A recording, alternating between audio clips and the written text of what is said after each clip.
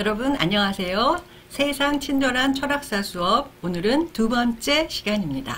첫 번째 시간에는 철학의 탄생에 대한 이야기를 나누었죠. 철학이라는 학문이 어떻게 생겨났을까? 그게 생겨난 상황과 맥락과 바탕과 환경은 무엇이었나? 이런 이야기를 우리가 나누어 보았습니다. 오늘은 직접 본론으로 들어가서요. 그러면 처음 철학적인 생각을 하고 그 생각을 나누고 발언을 하고 그랬던 사람들은 누구이며 무슨 이야기를 했고 그리고 그 의미는 무엇이었나? 왜 그 이전의 사고와 다르게 이 사람들의 생각을 철학이라고 따로 떼어서 생각을 하게 되었나? 이런 부분들을 우리가 들여다 보려고 합니다. 오늘 여러분께 말씀드릴 학파는 밀레토스 학파와 피타고라스 학파입니다. 피타고라스는 여러분 많이 들어보셨죠? 수학자라고 알고 계시는 분들 많을 거예요. 피타고라스의 정리, 직각 삼각형에 대한 정리죠. 바로 그 피타고라스입니다. 그리고 밀레토스는 조금 낯서실 수도 있는데요. 여러분, 만물의 기원은 물이다 이런 말을 처음 해서 유명해졌다고 하는 탈레스라는 인물이 있습니다. 그 탈레스가 밀레토스 학파를 시작한 인물입니다. 밀레토스의 생각과 사고방식을 더 발전시켜간 제자들을 한꺼번에 아울러서 밀레토스 학파 이렇게 부르게 됩니다. 탈레스 이야기로 들어가기 전에 잠깐 그림을 하나 보고 가실게요.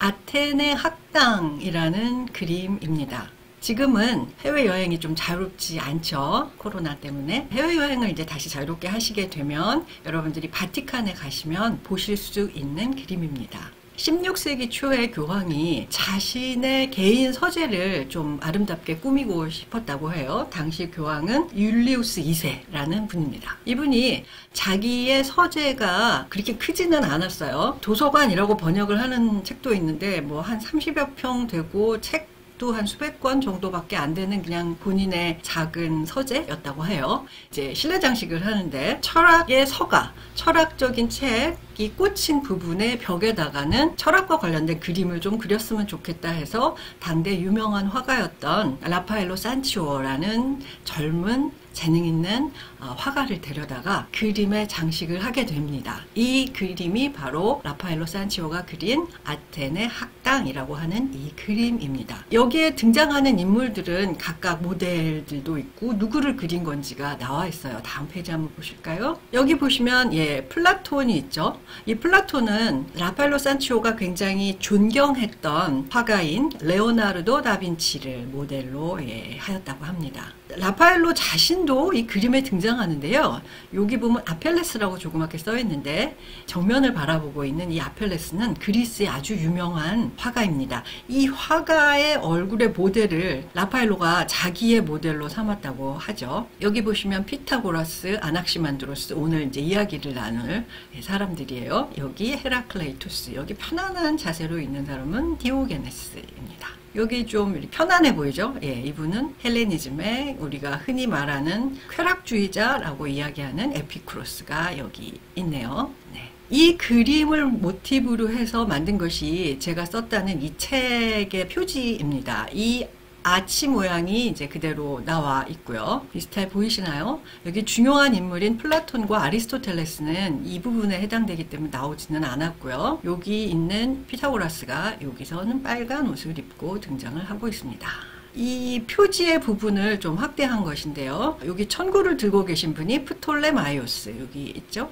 엎드려서 작도하고 있는 분은 에오클레이디스, 우리가 유클리드 기하학할 때 그 유클리드입니다. 이 부분을 가지고 이 모티브를 따서 이 책의 표지를 만들었어요. 표지를 만드신 디자이너 분이 아주 솜씨가 좋으셨습니다.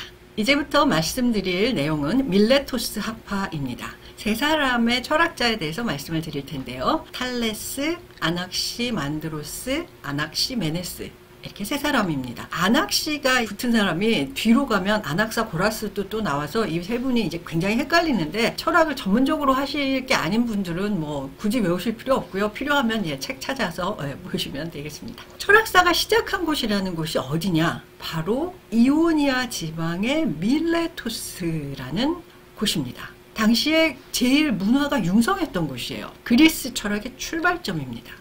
그런데 여기가 현재는 그리스가 아니고 터키의 서부 해안 쪽입니다. 그래서 여기가 당시 교역이 활발하고 문명이 굉장히 발달했는데 당시 아테네보다도 더 문명이 많이 발달했다고 해요. 교역이 활발하고 많은 사람이 오가는 곳이었기 때문에 여러 가지 정보가 교환이 많이 되고요. 문명도 굉장히 많이 발달을 한 그런 곳이었다고 합니다. 당시 아테네는 밀레투스보다는 조금 철학적으로는 약간 뒤떨어진 그런 곳이었다고 생각을 하시면 됩니다. 이 밀레투스에서 탈레스가 살았고요. 탈레스의 제자도 여기 출신들이 많습니다. 이들이 서양 철학사에 어떻게 보자면 맨 처음 주인공인데요. 탈레스를 위시해서 탈레스의 사상을 이어받고 그 사상을 발전시킨 학자들을 밀레투스 학파라고 부릅니다. 자, 여기 보시면요. 지금의 그리스가 이제 이 부분이고요. 밀레투스는 이 부분입니다. 지금은 여기가 이오니아라고 써있는 이 부분이 다 터키의 땅이죠. 거기 서해안 쪽에 있었던 이 밀레투스는 동서양의 교통의 요충지였고요. 무역을 하는 그런 배들이 많이 왔다 갔다 하는 곳이어서 교역도 활발하고 그리고 선진 문명들이 많이 왔다 갔다 하고 이런 지역이었습니다. 당시 그리스는 우리가 생각하는 이 부분만이 아니라 지금 이 분홍색으로 칠해진 이 부분이 전부 다 그리스 민족의 정착 지역입니다. 지금 생각하는 것보다 훨씬 넓습니다. 거의 서쪽으로는 스페인부터 동쪽으로는 그 러시아 연안의 흑해 지방까지 그리고 북아프리카 지방, 그러니까 여기에 살던 그리스 사람들이 살기가 좁아지면 이런 곳으로 건너가서 정착지를 다 개척을 했던 겁니다. 이곳이 다 그리스 문명이 발달되고 문명의 유적들이 다 남아있는 곳이에요. 그래서 예를 들면 이탈리아 남부인 이 시칠리아 섬에 가도 그리스 유적지들이 많이 남아있습니다. 예를 들면 이런 사르디니아 섬 같은 곳 혹은 스페인 동남부 지방 이런 곳 또는 프랑스 남부 지방 이런 곳에도 가서 보면 고대 그리스 유적지들이 남아있는 곳이 곳곳에 있습니다. 여기 그리스가 아닌데 왜 그리스 유적지가 있을까? 당시에는 그리스 사람들이 이렇게 넓은 지역에 걸쳐서 살았던 그런 까닭으로 이렇게 많이 남아 있습니다. 북아프리카에 가도 그리스 유적지가 있으니까요. 여러분들 여행하시게 되면 유심히 보시기 바랍니다. 첫 번째로 다루어 볼 학자는 탈레스입니다. 기원전 624년에 출생해서 546년까지 산 것으로 추정이 되는데요. 이 연도 같은 것은 사실은 정확하지는 않습니다. 여러 가지 자료를 가지고 대충 추정을 해본 연도니까요. 기원전 7세기 말엽에 태어났다 이렇게 보시면 되고요. 활동을 한 것은 기원전 6세기이니까 기원전 6세기 사람으로 보면 좋겠죠. 대부분의 전성기, 활동의 전성기를 그 사람이 약 40세 됐을 때 정도로 본다고 해요. 당시 그리스 기준에서는. 그렇게 보자면 기원전 6세기 초에 활동을 하셨던 분이다. 이렇게 볼 수 있습니다. 여기 말씀드릴 것은 이 밀레투스, 아까 보셨던 이 부분에 이 밀레투스에 사셨던 분이고요. 그 다음에 신문물의 전도사였어요. 무슨 얘기냐? 신문물이라는 건 당시에 이집트의 기하학, 바빌로니아의 천문학을 일컫습니다. 이집트에서 기하학이 많이 발달을 했죠. 당시에 이집트에서 기하학이 발달한 이유는 여러 가지로 설명을 하는데요. 나일강의 범람으로 인해서 농경지가 범람을 했다가 다시 강물이 제자리로 돌아가서 범람했던 지역의 땅이 드러나게 되면 누구의 논이 어디서부터 어디까지인지가 경계가 사라지게 됩니다.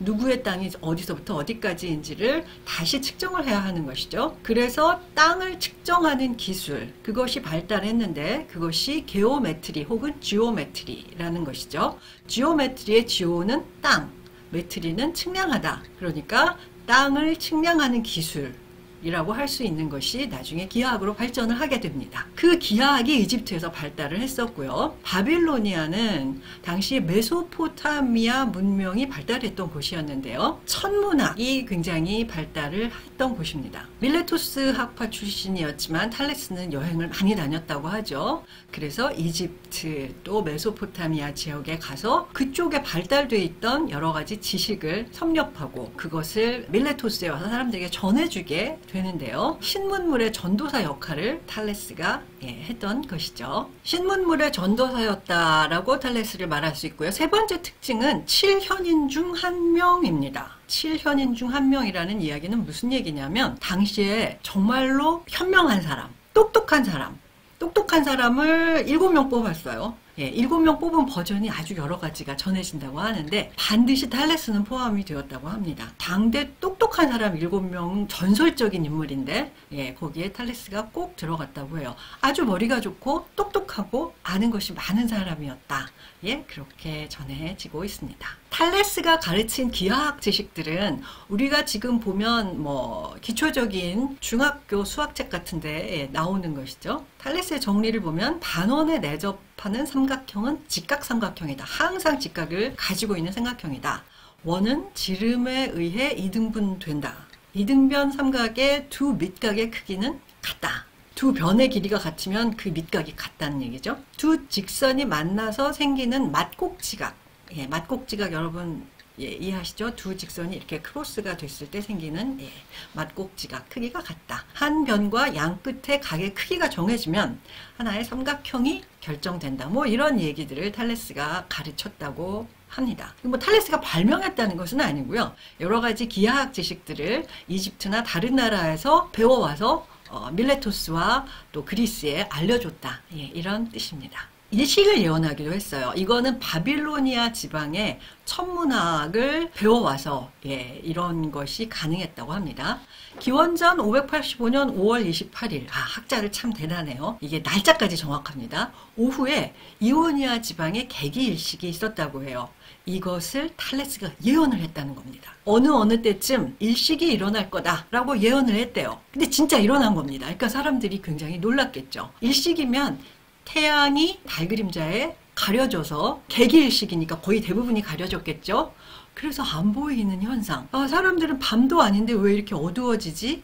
구름이 가린 것도 아닌데 태양이 왜 어두워졌을까? 놀랍기도 하고 무서운 일이기도 했을 거예요. 이거를 그런데 탈레스는 예언을 해서 굉장히 유명해졌다고 합니다. 당시에 리디아, 그러니까 그 소아시아 지방입니다. 지금의 터키 지방. 리디아라는 나라와 메디아라는 나라가 6년 동안이나 전쟁 중이었어요. 전쟁 중이니까 사람들이 살기 힘들고 죽는 사람도 많이 생기고 힘들겠죠. 그런데 탈레스가 너희가 계속 전쟁을 하게 되면 아폴론 신이 분노해서 태양을 가려버릴 거다. 그래서 전쟁을 하지 마라.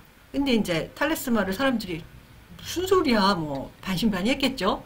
그런데 진짜로 585년 5월 28일 오후에 태양이 가려지는 사건이 일어납니다. 그러니까 리디아와 메디아의 이 전쟁을 계속하던 정치가들이 진짠가 보다. 아폴론 신이 분노했나 보다. 이렇게 생각을 하고 분쟁을 멈추고 화해를 하고 그래서 전쟁을 그쳤다. 이런 얘기가 전해지고 있어요. 유명한 분쟁을 멈추게 했으니까 이게 대단한 사건이죠. 그래서 더더욱 7현인 중에 아마 들어갔을 겁니다. 그런데 탈레스 자신은 이게 아폴론 신의 분노가 아니고 예언으로 이루어진 거니까요. 아폴론 신이 분노한 것이 아니라 바빌로니아의 천문학 지식을 배워와서 이거를 예언을 했던 겁니다. 당시 바빌로니아 천문학 지식의 수준은 일식을 예언할 수 있는 정도였어요. 어느 날 어느 시기가 오면 일식이 일어난다. 우리도 얼마 전에 일식이 일어났었는데요. 그러면 천문학자들이 다음 일식은 언제쯤에 어느 지방에서 지구의 어느 부분에서 관찰할 수 있습니다. 이런 얘기를 하시게 되죠. 이것은 그 관측 결과이고요. 계산 결과로 나오는 것인데 바빌로니아에서는 이미 그것을 할 수 있었다는 얘기죠.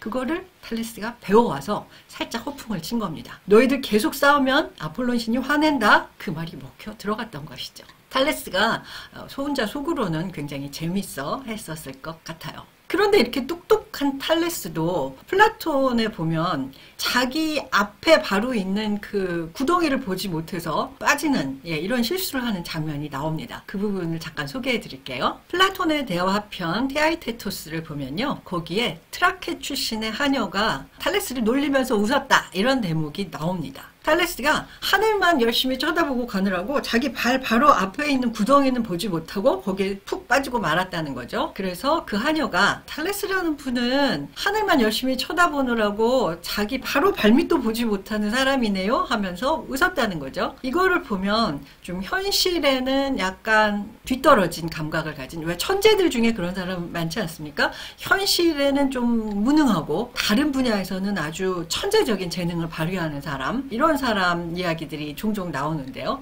현실 감각이 좀 없었나? 이렇게 생각을 할 수도 있겠죠. 바로 발 앞에는 못 보고 하늘만 쳐다봤다. 그런데 그렇지가 않다. 현실 감각도 상당히 있었다. 이런 걸 보여주는 탈레스의 일화도 있어요. 탈레스가 풍년과 흉년을 예언을 할 수 있었다는 일화가 전해지고 있습니다. 어느 해에 올리브 농사가 굉장히 흉년이 들었어요. 당시에 그리스에서는 올리브가 정말 중요한 작물이었습니다. 그 올리브에서 열매도 따지만 그 열매를 꽉 짜서 그 올리브유를 받아가지고 그것을 음식으로도 사용하고 또 신전에 제사 지내는 데도 쓰고요. 올리브 기름이 굉장히 중요했어요. 그리고 올리브 열매도 중요해서 그거를 그 수확하고 이러는 일이 굉장히 중요한 산업이었습니다. 그런데 어느 해인가 올리브 농사가 다 망했어요.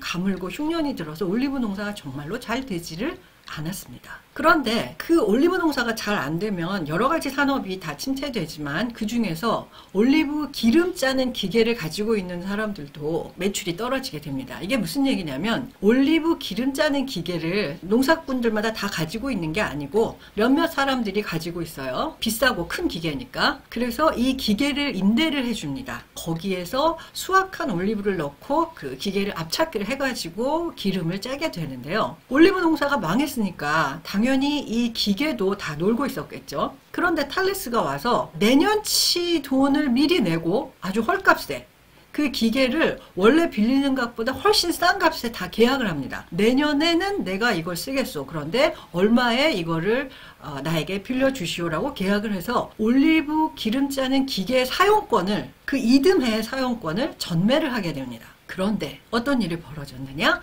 그 다음에는 올리브 농사가 대풍을 이룹니다. 그러니까 탈레스는 올리브 농사가 금년에는 흉년인데 내년에는 굉장히 풍년이 될 거라는 거를 예측을 하고 있었던 거죠. 그래서 올리브 기름 짜는 기계가 부족해지게 되고요. 여기저기서 올리브 기름 짜는 기계를 서로 구하지 못해 아우성이 나는데 그때 탈레스가 자기가 그 전에 계약했던 것보다 몇 배의 사용료를 붙여서 임대를 했다는 거죠. 그래서 엄청난 떼돈을 벌었다고 해요. 이걸 보면 현실 감각이 없다? 그렇지는 않은 것 같습니다. 불쌍한 농민들에게 그렇게 전매를 했다고 하니까 조금 안 좋은 것 같기도 하지만 어쨌든 탈레스의 현실 감각 이런 것도 보여주는, 그리고 풍년과 흉년을 정확하게 예측할 수 있는 능력이 있었다는 것, 이런 것들을 알려주는 예가 되겠죠. 탈레스의 조각글 1, 만물의 근원은 물이다. 여기에 대해서 이제 살펴보도록 하겠습니다. 조각글이라는 것은 제가 1강에서도 말씀을 드렸습니다만 자연 철학자들, 그리스의 프리소크라틱 혹은 포소크라틱, 소크라테스 이전 철학자들의 글은 사실은 문헌으로 전해지는 것이 거의 없습니다. 온전한 문헌으로 전해지는 것이 없어요. 많이들 썼지만 어디에 전해지느냐? 그 후대 학자들이 탈레스가 뭐라고 했다더라 라는 이야기가 조각조각 인용되어서 다음 책에 전해지는 것들만 돌아다니고 있어요. 그래서 그것을 조각글이라고도 하고요. 프라그만트라고도 합니다. 소크라테스 이전 철학자들의 단편을 모은, 단편이라는 게 뭐 단편소설 이런 게 아니고요. 문장들이에요. 그냥 짤막짤막한 문장들, 조각글이라고도 하죠. 그 조각글을 모은 선집이 이렇게 우리나라에도 번역이 잘 되어 있습니다. 여기에 보시면 탈레스가 남긴 조각글들도 여러 가지 나오죠. 궁금하신 분들은 도서관에 가셔서 찾아보시면 되겠습니다. 아주 재미있는 것들이 많습니다. 탈레스의 조각글 첫 번째로 가장 유명한 것은 만물의 근원은 물이다, 이런 이야기입니다. 두 가지 키워드가 나오죠. 하나는 만물의 근원, 또 하나는 물. 만물의 근원이라는 말은 아르케입니다. 아르케라는 것은 만물의 근원으로 번역이 되기는 하지만 말의 의미가 굉장히 다양합니다. 탈레스가 만물의 근원은 물이다 라는 주장으로 철학의 첫 발을 내디딘 것으로 유명한데요. 그러면 아르케가 무슨 뜻이냐? 시작, 시초, 기원, 혹은 근거나 원리, 우두머리라는 뜻도 있어요.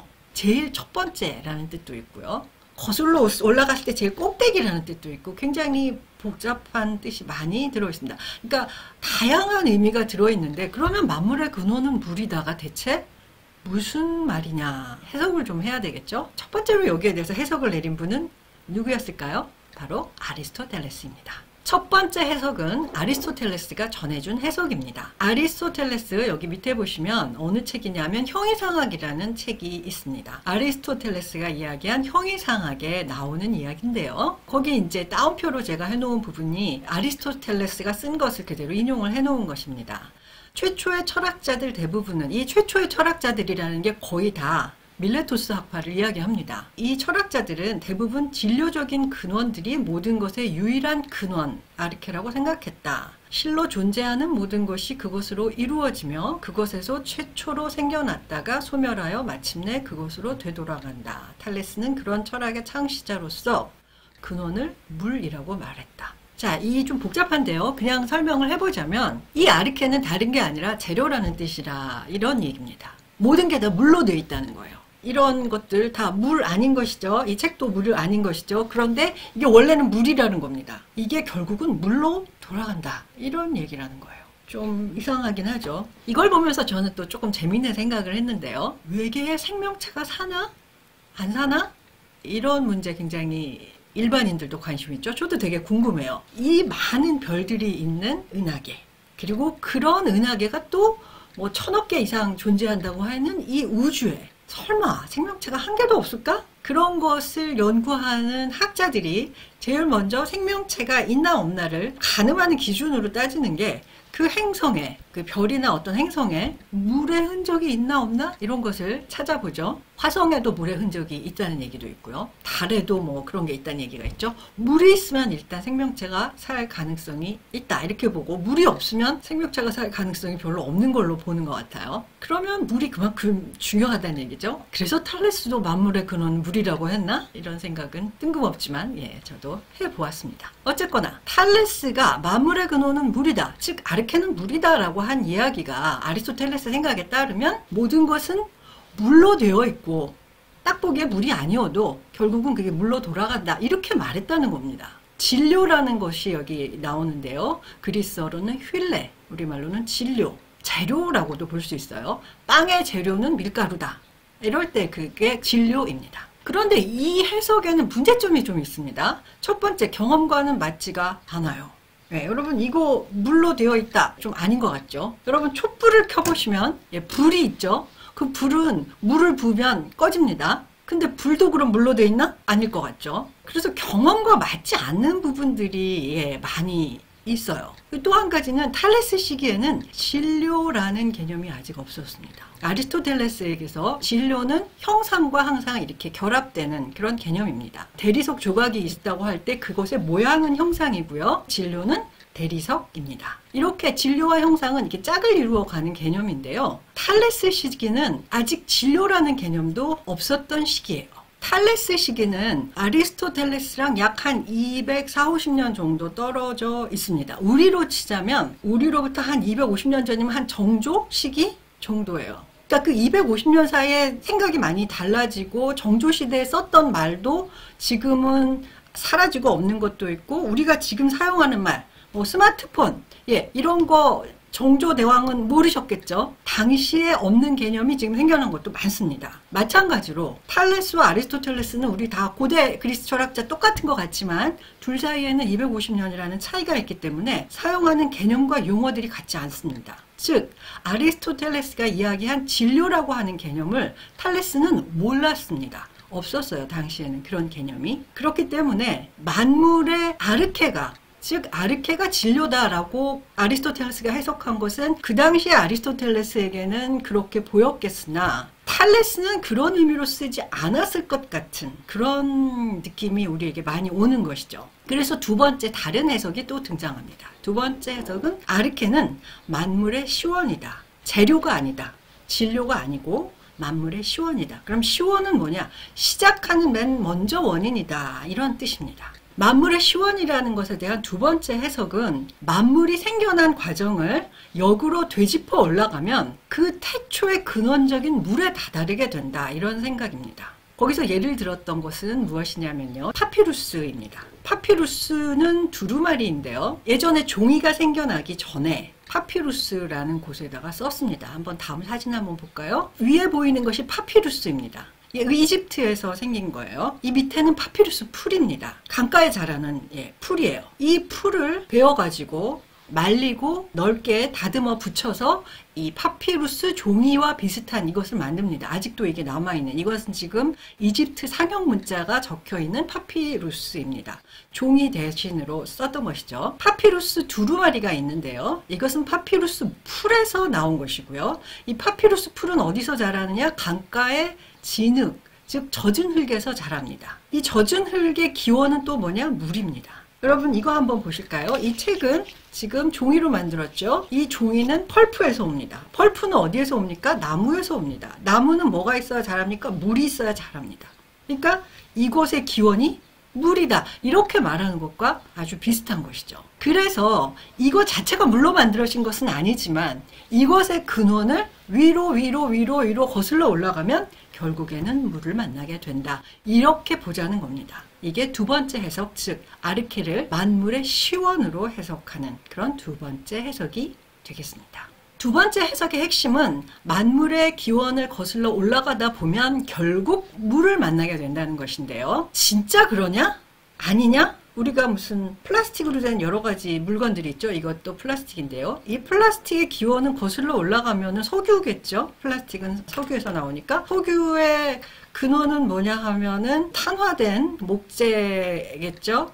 그것도 또 물이다, 뭐 이렇게 볼 수도 있나요? 이게 정확한 건지 우리가 잘 모르겠습니다. 사실 여부보다 더 중요한 것은 이 생각에 담긴 사고방식입니다. 이 사고방식은 전의 신화적 프레임과 비슷한 면도 있고 다른 면도 있습니다. 궁극적 단일성에서 여러 가지 다양한 것들이 생겨난다는 생각, 이게 아르케의 핵심입니다. 궁극적 단일성에서 여러 가지 다양한 것들이 생겨난다는 이 생각은 신화적 프레임과 비슷합니다. 지난 시간에 여러분들에게 말씀드렸듯이 카오스나 가이아에서 여러 가지 것들이 생겨나죠. 마찬가지로 하나의 아르케에서 여러 가지 것들이 생겨난다는 그 점에서 신화적 프레임과 비슷하지만 아주 중요한 차이점은 신 없이 합리적이고 논리적인 설명만으로 사물의 기원을 설명한다. 그래서 탈레스가 바로 철학의 시작이다, 이렇게 보는 것입니다. 신 없이 논리적 설명을 했기 때문이죠. 두 번째 탈레스의 조각을 한번 살펴볼까요? 땅은 물 위에 떠 있다. 도대체 땅이 왜 안 꺼지지? 하늘은 왜 안 무너지지? 사람들이 이런 거 굉장히 궁금하게 생각을 했어요. 이것에서 신화를 배제한 합리적 설명을 시도했던 것이죠. 이쪽에 보이는 그림은요, 이 사람이 아니고 신이죠. 아틀라스입니다. 제우스에 대항한 티탄이었어요. 그래서 벌로 하늘을 바치고 있습니다. 이 신은 프로메테우스인데요. 제우스에게 반하여 신들로부터 불을 훔쳐서 인간에게 나누어 준 벌로 독수리에게 간을 쪼이는 형벌을 받고 있어요. 아틀라스가 하늘을 떠받치고 있습니다. 그리스 신화에 나타난 하늘과 대지의 모델입니다. 자, 하늘과 대지 사이에는 이 거리가 있는데요. 이 거리를 L이라고 나타냈죠. 이 거리는 뭐냐? 청동모루가 9일 낙하하는 거리입니다. 청동모루라고 하는 것은 대장간에서 칼이나 무슨 도구를 만들 때 쇳덩어리를 이렇게 두들길 때 그 밑에 받침으로 쓰는 청동으로 된 아주 무거운 물체입니다. 이 무거운 물체가 뚝 떨어졌을 때 9일 동안 낙하하는 거리래요. 이만큼이. 그래서 하늘과 대지 사이는 청동모루가 9일 동안 떨어지는 그 길이만큼 떨어져 있다, 이렇게 보았다고 합니다. 그럼 대지에서 하데스까지, 하데스가 죽은 사람들이 가고 있는 곳이죠. 이 하데스까지 또 L만큼, 즉 청동모루 9일의 낙하거리만큼 또 떨어져 있고요. 그거보다 더 밑에는 타르타로스가 있다. 대지에는 오케아노스, 가이아, 폰토스가 있다.